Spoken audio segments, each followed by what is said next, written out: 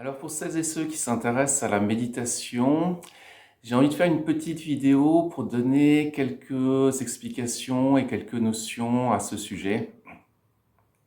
Euh, c'est un mot que tout le monde connaît, tout le monde l'a déjà entendu, mais est-ce qu'on sait vraiment qu'est-ce que c'est la méditation, qu'est-ce que c'est le but? Est-ce que c'est juste pour se détendre, se relaxer, ou est-ce que c'est autre chose?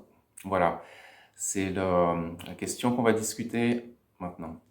Donc, le premier état méditatif, je dirais en quelque sorte, c'est juste une pure connexion avec l'instant, avec ce qui va se passer dans l'instant. C'est par exemple assez facile quand on se balade dans la nature et puis que tout d'un coup, par exemple, tu vois un animal sauvage, hein, ça peut être même juste un écureuil, ou alors, je sais pas, une biche, un cerf, un renard, etc. Et là, en général, il y a un arrêt dans nos pensées, dans notre discussion avec nous-mêmes. Il y a une pause. Et dans cette pause, il y a un état méditatif parce que c'est un état de connexion avec l'instant présent. C'est lié souvent à une forme d'émerveillement. Donc ça, c'est le tout premier aspect de la méditation qui peut se faire de manière très spontanée. Quand on est surpris par quelque chose, tout d'un coup, on roule sur l'autoroute et puis il y a un très bel arc-en-ciel qui apparaît. Euh, Pendant quelques secondes, on est surpris, on est étonné, on est émerveillé et puis voilà, c'est un état méditatif, mais qui dure juste une poignée de secondes. Donc ça, c'est le premier aspect, premier niveau, disons, de la méditation, et c'est quelque chose que tout un chacun a en général accès. Disons qu'il faut être quand même dans un état de conscience, entre guillemets normal, entre guillemets plus ou moins équilibré. Si on est dans un état de conscience très très perturbé, on ne pourra même pas se relier à l'arc-en-ciel, à l'animal sauvage, au grand oiseau qui passe dans le ciel, etc. Ensuite, il y a le deuxième aspect, plus profond, plus intense en quelque sorte, où là, je vais rechercher vraiment à explorer. À explorer quoi? Eh ben, n'importe quoi. Ça peut être un élément à l'extérieur de moi, ça peut être une pierre, un arbre, une fleur, un animal, etc. Ça peut être un élément de la nature. Les bouddhistes, ils aimaient beaucoup méditer, par exemple, à côté d'une rivière ou d'un fleuve, parce que c'est assez intéressant dans le sens que l'eau, elle est continuellement en mouvement, donc la rivière n'est jamais la même, vu qu'à chaque instant, à chaque seconde, à chaque fraction de seconde, euh, le mouvement de l'eau est différent, n'a pas exactement la même forme, et puis pourtant la rivière, elle bouge pas, elle est toujours au même endroit. Donc en fait, c'est quelque chose de totalement impermanent qui apparaît comme quelque chose de permanent. Donc voilà, ça peut être bien sûr quelque chose d'inspirant pour méditer, mais il n'y a pas que ça. Il y en a beaucoup qui ont choisi de méditer par exemple avec le souffle. C'est lié quand même à l'énergie de vie, à la vitalité, etc., au prana. On peut méditer directement sur les pensées, sur les émotions, sur les différents états mentaux. Dans ce contexte, méditer, ça veut dire accorder toute notre attention, accorder toute notre concentration sur ce quelque chose en pressentant, parce qu'il faut, avant de se lancer dans cette pratique méditative, pressentir que on n'a pas encore tout compris sur tout, qu'il y a un mystère et on a envie de plonger dans ce mystère parce qu'on pressent qu'il y a quelque chose de beau, quelque chose de magique, quelque chose qui nous dépasse.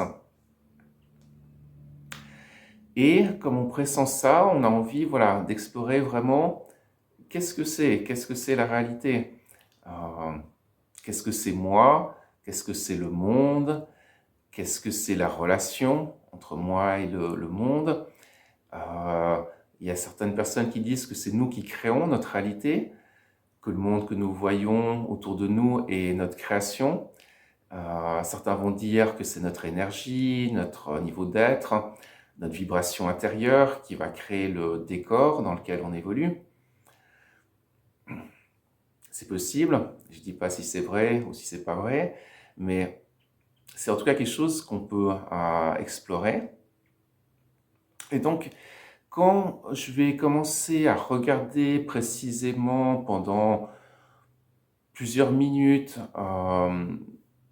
une seule chose, par exemple les pensées, allez, je m'occupe de rien d'autre, je regarde juste les pensées qui viennent en moi, qui restent, qui partent. Un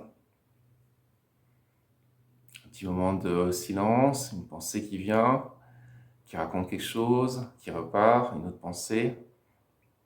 Si par exemple je suis complètement absorbé là-dessus, avec, c'est pas vraiment la durée. Bien sûr, si c'est 3 secondes, je pense que c'est trop court, mais il n'y a pas de règle, hein. Dans l'absolu, ça pourrait être 3 secondes. L'idée, c'est la qualité de conscience, la qualité d'attention. Si je suis vraiment dans un état de grande curiosité, de grande envie d'explorer, qu'il y a une ferveur, juste quelques minutes ou même quelques secondes, ça sera déjà, on peut dire, une profonde méditation. Voilà. Et puis alors, il y aurait encore un troisième stade au-delà. Bon, pour moi, le deuxième stade, c'est vraiment ce qui représente la méditation au sens classique. C'est ce que beaucoup de gens attendent quand on leur propose de méditer, c'est d'aller explorer ça, cette dimension. Mais je dirais qu'il y a encore une dimension au-delà, qui est très mystérieuse, qui continue, qui découle de la même approche. C'est toujours l'idée, je vais regarder quelque chose, une pensée, une émotion ou une situation de vie, etc. Et puis, dans cette observation pénétrante, profonde, dans cette écoute, l'écoute c'est très important. Écouter, ça veut dire quoi? Ça veut dire regarder une situation sans savoir ce qu'on regarde. Parce que si on sait ce qu'on regarde, si on connaît les choses, si on connaît les êtres, si on connaît la vie, cette connaissance va complètement voiler le message profond. Le message profond qu'il y a dans toute chose, qu'il y a dans toute situation, qui est la vie. Ce message profond est la vie. Ce message profond, donc, quand on arrive au troisième stade, c'est... Alors là, je vais en parler d'une manière un petit peu poétique, mais c'est comme voir un sourire en toute chose. C'est comme voir un sourire non seulement dans tout ce qui nous entoure, dans le monde, les objets, les choses, les êtres, etc. Dans notre relation avec le monde, avec tout, mais aussi dans les situations de vie. Et quand on en arrive à ce stade, en quelque sorte, à cette manière de percevoir la vie, la réalité, on va voir que le sourire, qui est en toute situation, précède la situation. C'est-à-dire qu'une situation, avant d'être agréable ou désagréable, avant même d'être une situation d'ailleurs, elle est ce sourire. Et donc, c'est très mystérieux, c'est très étonnant pour l'intellect, mais c'est très très joyeux pour le cœur. Ça amène,